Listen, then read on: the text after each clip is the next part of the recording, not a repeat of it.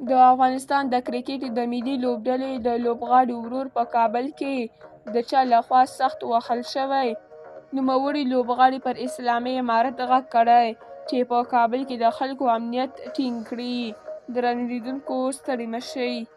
د افغانستان د کرکټ ملي لوبډلې توپ وهونکی په کابل کې د اسلامي امارت د واکمنۍ له امنیتي چارواکو څخه غوښتي چې د وګړو امنیت ټینګ کړي.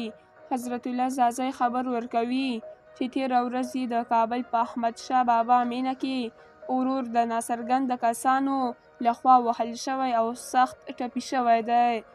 د افغانستان د کرکټ ملي لوبډلې غړي ښاغلي زازي پر فیسبوک لیکلي چې ورور یې د ناپېژانده وسلهوالو غلو له لوري په زوره ګاډي ته ورخېژول کېږي، خو چې کله مقاومت کوي نو د څو غلو لخوا وهل کېږي.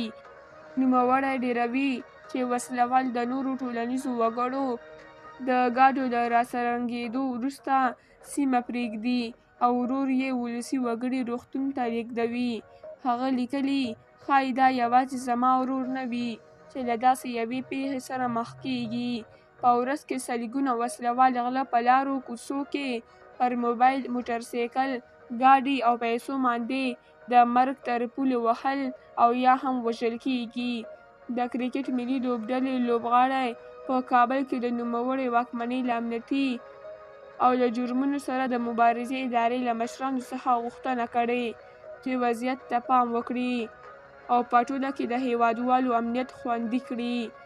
که څه دغه واکمني په افغانستان کې امنیتي پیښې پټوي او کورنۍ رسنۍ د ولس غږ نشي پورته کولی، خو په ټولنیزو رسنیو کې د پلازمېنې کابل په ګډون په ګڼو ښارونو کې شکایتونه خپرېږي چې جنایي پیښې ډېرې شوې دي او وګړي په ډاډه زړه نشي ګرځېدلی.